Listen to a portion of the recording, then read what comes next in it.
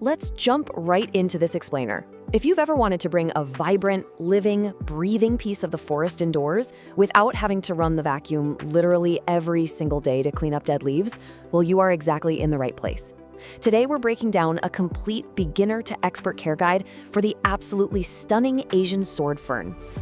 Here's our blueprint for today. First, we'll officially meet the Asian Sword Fern. 2, we'll cover light, temperature, and humidity. 3, hydration and soil mastery. 4, feeding, pruning, and propagation. And finally, number 5, troubleshooting pests and problems. All right, let's get started. Section 1, meet the Asian Sword Fern. Scientifically known as Nephrolepis brownii, you'll also see this beauty sold under its popular trade name, the Kimberly Queen Fern. It's a robust, gorgeous evergreen native to the warm regions of Asia and Australia, prized not just for its stunning structure, but also because it is a powerhouse when it comes to purifying the air. Honestly, this plant is like a massive upgrade to the classic Boston fern. You know how Boston ferns just kind of sprawl out everywhere and drop tiny leaflets the exact second they feel even a little bit dry? Yeah, it's a mess. But the Asian sword fern, it boasts these upright, narrow, sword-shaped fronds that actually stay put. It completely ditches the dramatic shedding, plus it's totally non-toxic, so it's perfectly safe if you have cats or dogs roaming around. Moving on to Section 2, light, temperature, and humidity. To get this plant truly thriving, our strategy is actually pretty simple. We're going to translate its native forest floor environment straight into your living room. When it comes to lighting, I want you to think about the dappled sunlight filtering through a thick forest canopy. That gentle, filtered glow is exactly what your fern wants. Bright, indirect light is the goal here. Setting it near an east-facing window for some soft morning sun is pretty much ideal, or you can pull it back a few feet from a brighter south or west-facing window.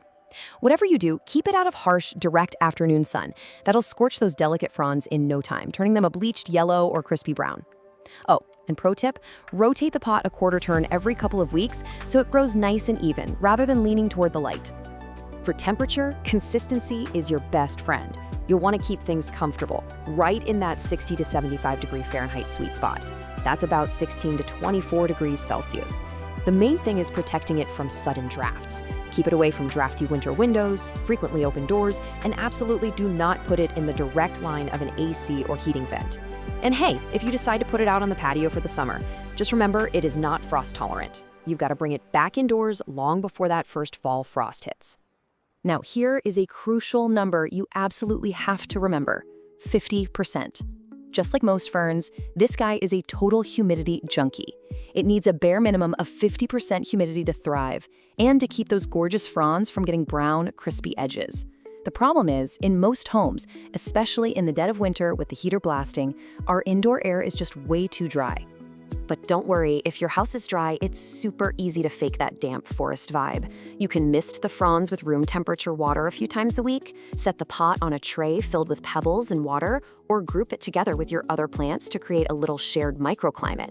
Honestly, running a small humidifier nearby is a total game changer. Yes, your plant might end up with a more demanding daily skincare routine than you do, but the lush results are 100% worth it. Oh, and if you have a bright bathroom, that is a naturally perfect spot. Section 3, hydration and soil mastery.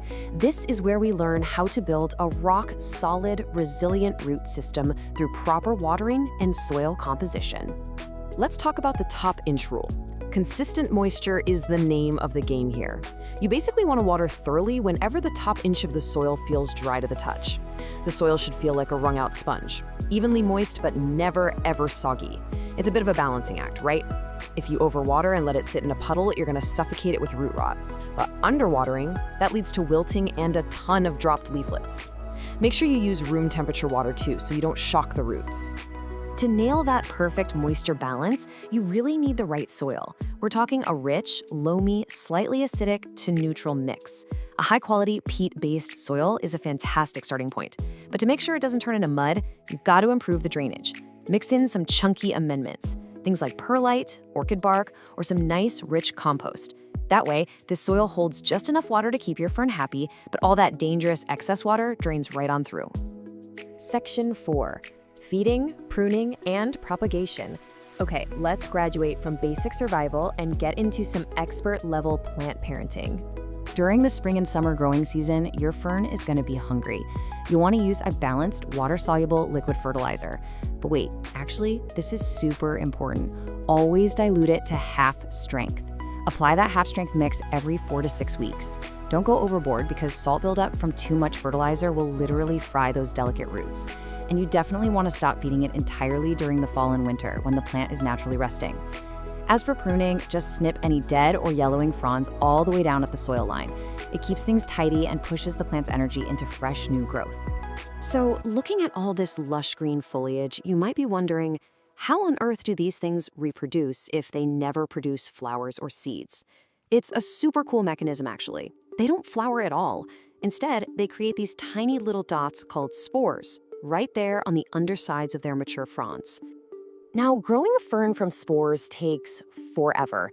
The absolute easiest way to multiply your collection at home is just by dividing the plant. You'll want to do this during a spring repotting, which, by the way, you should do every year or two when it gets root bound.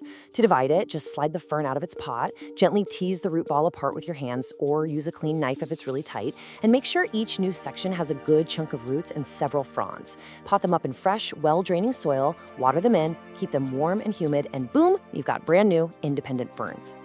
Finally, Section 5, Troubleshooting Pests and Problems. Look, even the best plant parents had a few bumps in the road, so let's learn how to translate your plant's distress signals. This chart is a lifesaver for decoding what your fern is trying to tell you. See brown, crispy edges? Your air is just too dry, so get that humidifier running.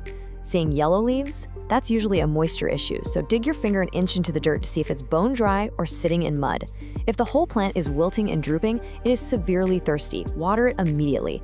And if it's dropping leaves entirely, your fern is incredibly stressed from being too dry, which means you need to lock down a much more consistent watering routine.